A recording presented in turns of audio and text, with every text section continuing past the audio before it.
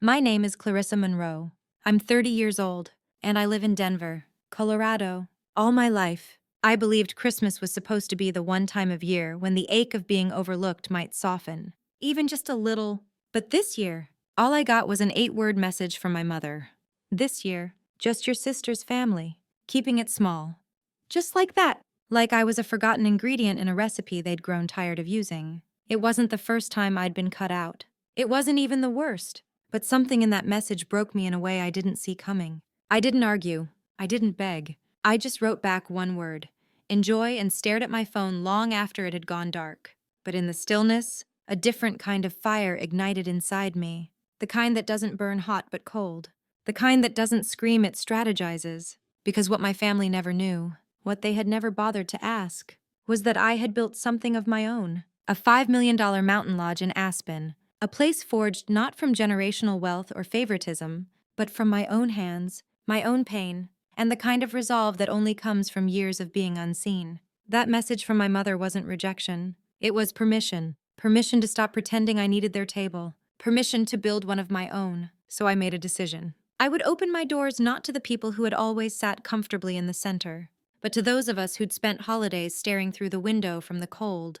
Do you know what it feels like to be the invisible one? To have your name whispered like an obligation instead of spoken with pride.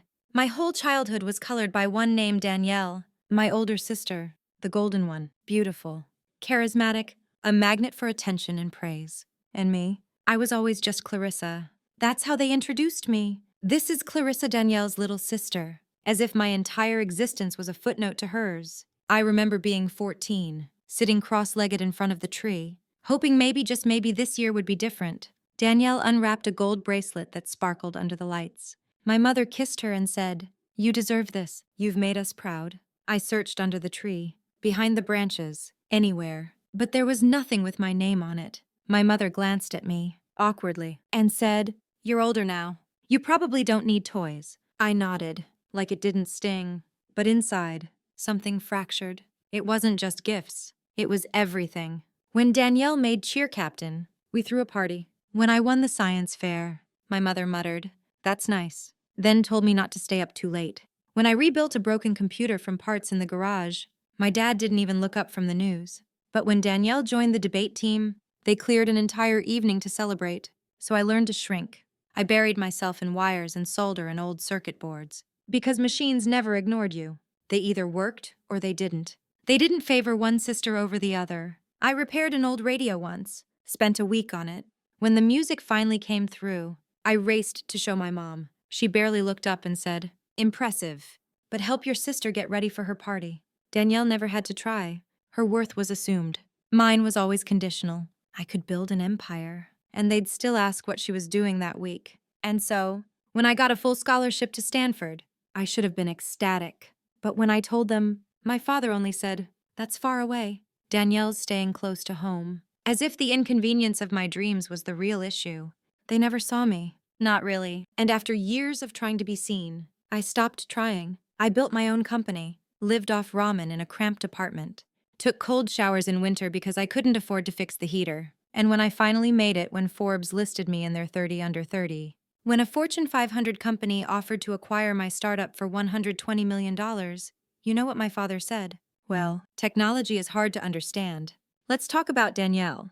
I had clawed my way through sleepless nights and empty bank accounts and emergency meetings, and all they could do was change the subject. That's when I bought the land in Aspen, 42 acres of silence, no opinions, no comparisons, just snow and mountains and the space to finally breathe. I didn't tell anyone, not even my closest friends. I oversaw every inch of construction, handpicked the cedar wood, designed the fireplace, chose every piece of furniture, not for show. For meaning, for healing, for reclaiming something I didn't even know had been stolen. And this Christmas, for the first time, I wouldn't wait to be included. I wouldn't hope for an invitation. I would create a new gathering, one that wasn't built on hierarchy or favoritism, but on love. Real, chosen, unshakable love. I picked up the phone and called Rachel, my cousin, the only one in the family who had ever seen me. "Did you get an invite this year?" I asked. She laughed, bitterly. "Nope. Just Danielle and her family." Apparently. So it wasn't just me. They'd cut everyone, just so they could orbit around the favorite. I smiled then, not with malice, but with clarity. Come to Aspen, I said. I'll take care of everything. Rachel's response came within seconds, a mix of shock and something deeper, something I recognized. Relief, gratitude, the feeling of being seen. Finally, you have a ranch in Aspen, she asked, almost disbelieving. Yes, I said, quietly. And it's not just for me. She didn't need convincing. 20 minutes later, she called back, her voice bright and buzzing with something I hadn't heard from her in years. We're coming, and Aunt Marion and Eli want to come too. They're over the moon. Clarissa. Thank you. One by one, the names began to pile up, cousins who hadn't been to a family gathering in years, because they were tired of being afterthoughts. Relatives who had always lingered near the edges of the living room while Danielle stood at the center, holding court. It turned out, I wasn't the only one who had spent years eating emotional leftovers. There were more of us scattered, wounded, but waiting for something different. I didn't just prepare, I curated. Every inch of that lodge became a declaration of care. The bedrooms, 10 in total, were decorated not with luxury but with intention. I remembered Aunt Marion loved historical novels, so I left a stack on her nightstand with a note. You once told me reading is like living another life. Welcome home. For Rachel's kids. I wrapped up a Snowy City Lego set and left it with name tags so personal it made her cry when she saw them. For Grandma, who hadn't allowed herself a box of imported tea in over a decade. I left not just the tea but a thick, hand-knitted wool scarf beside it. A quiet message. You are remembered. The dining room table, once a place where I sat with hunched shoulders and silence, was now one long, embroidered stretch of white linen, glowing with candlelight and pine-scented warmth. No kids' table. No hierarchy. Just a place where every seat held the same weight. I called a local chef named Margaret, an older Appalachian woman known for traditional recipes passed down like hymns. When she stepped into my kitchen, she paused and rested a hand on the countertop like it was sacred. I've never wanted to light a stove more in my life, she whispered.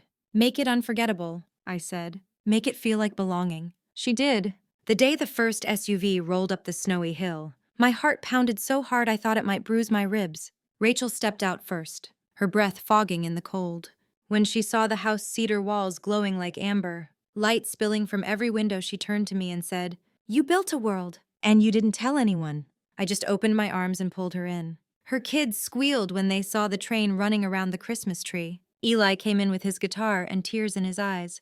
Aunt Marion clutched the stack of books like someone had just returned something she lost decades ago. Even Uncle Ray, who barely speaks at all, gave me a hug that lasted a second too long. It said everything. I watched the house fill voices, footsteps, the rustle of coats and scarves.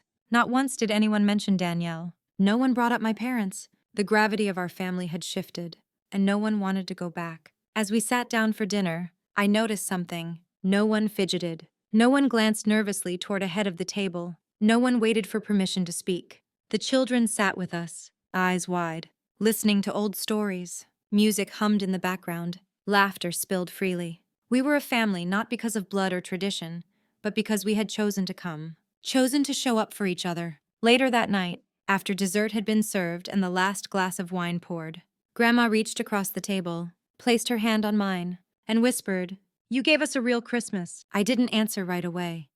I couldn't. My throat was tight and my eyes were wet. I just nodded, squeezing her hand, letting the warmth of the moment seep into the very center of my chest. After everyone had gone to bed, I sat by the window, the fire burning low, and listened to the wind swirl outside. I realized something profound. I had stopped asking for a seat at a table that was never meant for me. I had built my own and people came. The next morning, the lodge woke slowly. Smells of cinnamon and firewood lingered in the air. Snow fell outside, blanketing the world in peace. My phone buzzed. I expected joy, gratitude, maybe even surprise. Instead, it was my mother. 6 missed calls, then a message from Danielle. Really cheap move. Clarissa, enjoy your little show. For a moment, my stomach dropped. The old reflexes kicked in the guilt. The doubt, the ache. But then Grandma walked into the room, her cup of tea in hand, and smiled at me. Last night, she said, was beautiful. The phone rang again. I hesitated, then answered. I set it on speaker so Grandma could hear every word. Clarissa, my mother's voice hissed. Do you realize what you've done? Everyone is talking. The pastor even mentioned it at service. Do you know how this makes us look? I sat still. My tone, even, you told me this year was just Danielle's family. I kept it small. I didn't trouble anyone. There was a pause. Then excuses tumbled from her mouth. Frantic and insincere. We thought you'd be busy. Danielle just had the baby. You always have work. I cut in, calm and clear. She's always the center. Isn't she? That's when Grandma set her cup down and leaned forward. Judy. Robert. That's enough, she said, her voice ablade. You've spent a lifetime pretending this child didn't exist. Last night, for the first time in years, I saw her do what none of you ever did. She gave this family a place to belong. The silence on the other end of the line was thick, like the pause before a storm breaks or before it retreats in shame. I sat unmoving, my hands folded in my lap, the fire behind me crackling low. Across the table, Grandma stared straight at the phone, her expression unwavering. She didn't need to raise her voice. Her words struck harder than any scream ever could. My father finally spoke, his voice worn and trying too hard to sound calm. Mother, you're exaggerating. We didn't mean, no. She cut in, sharp and precise. You didn't see, and that's exactly the problem. I felt something shift in my chest like a splinter being pulled free after decades buried. Grandma continued, her tone both damning and heartbreakingly gentle. Clarissa has lived in the shadows of your precious daughter for 30 years. She begged for your attention with every science fair ribbon, every scholarship, every accomplishment, and you gave her silence. You gave Danielle parades for showing up and left Clarissa carrying the weight of the world with not even a nod. I stared at the flame dancing inside the hearth, my eyes burning not from heat, but from the sudden raw exposure. Years of quiet hurt, of swallowing words I'd been too scared to say, were being spoken aloud, not by me, but for me. You wanted to keep Christmas simple? Grandma's voice cracked now, just slightly. Simple is no excuse to erase your child. Last night, I sat at a table full of laughter and warmth. No hierarchy, no show, just love. And for the first time in decades, we were a family. My mother tried to respond, her voice smaller now, as though shrinking beneath her own guilt. I never meant to hurt anyone. But you did, Grandma snapped. No venom, just truth. And now it's done, my father's voice returned. Lower, hoarse, maybe we missed some things. But Clarissa never said anything. We didn't know. I did say something. I finally whispered.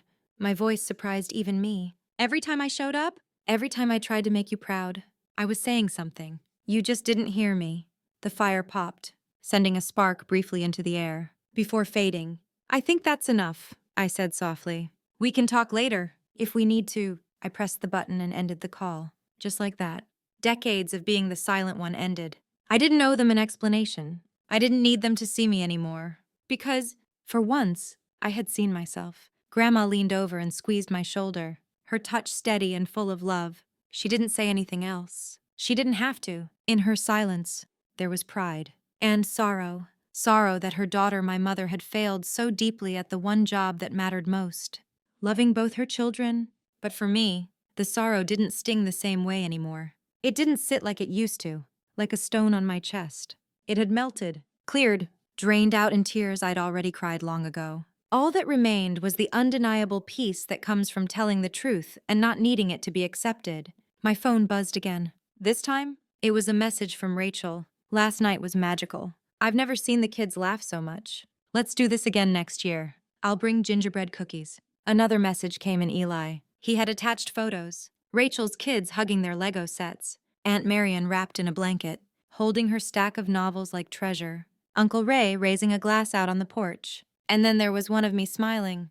Not the forced kind. Not the kind I'd learned to craft for family photos while wondering when it would be over. This was different. My eyes were soft. My shoulders relaxed. My expression said I'm home. Under the photo, Eli had written, "This is what family looks like. You gave us something we didn't think was possible. Don't let this be the last time." The family group chat exploded after that.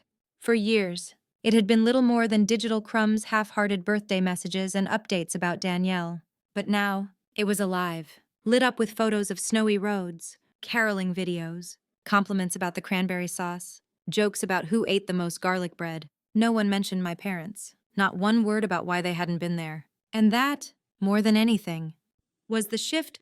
We weren't revolving around the people who refused to see us anymore. We were choosing each other, choosing to show up for those who did. Aunt Marion wrote, We need to make this a tradition. Clarissa, you lead, every year at the lodge. And then Grandma, slowly typing with shaky fingers, added, that place carries the warmth of family. We will return. I sat by the fire, holding my phone, reading message after message like sacred scripture. For years, I had chased belonging like a ghost chasing its own shadow. But here, now, I had created a place that proved something no one could ever take from me again. I had become the center of my own story. In the days that followed, the energy from that single night didn't fade. It grew.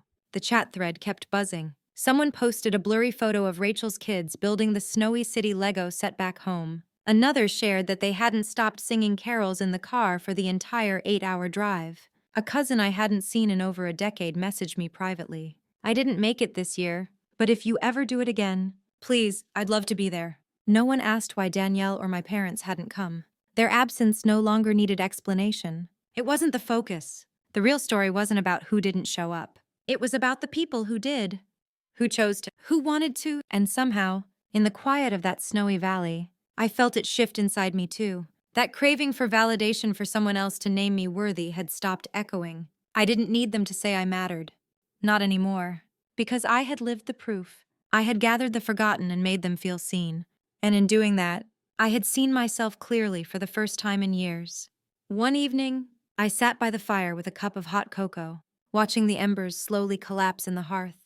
Grandma joined me, wrapped in a quilt, her eyes flicking between the flames and the window where snow fell in thick silence.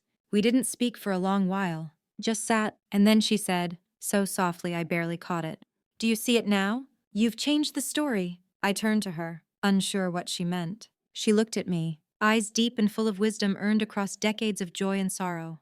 For years, every gathering revolved around them, around your parents, around Danielle. The rest of us just showed up because we were supposed to. But this time people wanted to be here. And they wanted to be here because of you. That's what family really is. I didn't have words for a moment. Her voice wrapped around something tender inside me and held it. And I thought about it later that night when I opened my journal and began writing. I wrote about the faces around the table. The stories told, the quiet dignity of laughter unburdened by competition. I wrote it all down not just to remember, but to make it real, to etch it permanently into the narrative of my life. A life that no longer revolved around Danielle, or the absence of parental praise. A life centered in choice, my choice.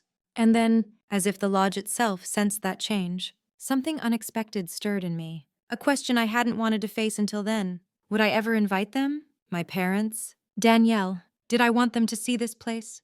Did I want them to feel what they'd missed? Or would their presence taint what had become so sacred? I wrestled with it for days. Some nights, I stood out on the balcony with the mountain wind slashing across my cheeks, staring into the dark as if the answer might be buried in the snow. Other times, I replayed that phone call over and over, Grandma's voice, my mother's excuses, the breathlessness of truth finally spoken. But then, one morning, I sat at the same table where we'd shared Christmas dinner and wrote the message without even thinking. Simple, clean, no drama. If you and Danielle want, you can come to the lodge for dinner. Just immediate family. No one else. I didn't expect a reply. I didn't need one. This wasn't about them anymore. It was about me, whether I could offer a seat without tying my worth to their approval. They arrived a week later. It was a gray afternoon, the kind where clouds hang low and everything feels unsettled. Their SUV pulled up the hill slow, like even the car wasn't sure it wanted to be there. My father got out first, stiff, his face unreadable. My mother followed, pulling her scarf tighter like armor. Danielle came last. She looked the same, polished, controlled, and distant. I didn't smile, but I didn't sneer either. I just opened the door and let them in. Dinner was quiet. Roast beef, mashed potatoes, red wine. No music, no lights, just the raw hum of tension between us and the soft clink of silverware. No one brought up the past, but I did. I laid it bare, not with anger, with precision. The empty Christmas mornings, the science fairs no one attended, the ramen dinners while I was building my company, while Danielle's career got applause from every corner of the family group chat. I told them about the night Forbes called, about the acquisition offer, about the silence on the other end of the phone when I tried to share the news. I didn't cry. I didn't yell. I just said it. And for once, they listened. My father stared into his wineglass. Maybe I didn't see it all. My mother blinked fast. Her voice barely a whisper. I was proud. I just didn't know how to say it. Danielle said nothing, but she looked at me. Really looked, not with pity, not with that faint superiority she used to carry. Just emptiness. And maybe, just maybe, a flicker of something else. Regret. They left without fanfare. No dramatic hugs. No promises to change. But as the door shut behind them, I realized I didn't need them to change. Because I stepped out onto the balcony that night. The snow was falling again, soft and slow. I held my wine in one hand, the cold biting into my cheeks, and whispered a vow into the silence. I don't need anyone to give me a seat. I have built my own table. And to anyone listening to you, I say this. You don't need permission to matter. You don't need a perfect family to be whole. You can build your own table. And when you do, you'll find that the people who truly see you, the ones who love with open hands, will come, not for obligation, but because they choose you, just like I chose myself. Thank you for walking with me through this story. If it touched something inside you, I hope you'll join us again for more stories like this. Stories of pain transformed into power, of silence shattered by truth, of vengeance not through hate but through healing. Subscribe to Vengeance Within to never miss the next story.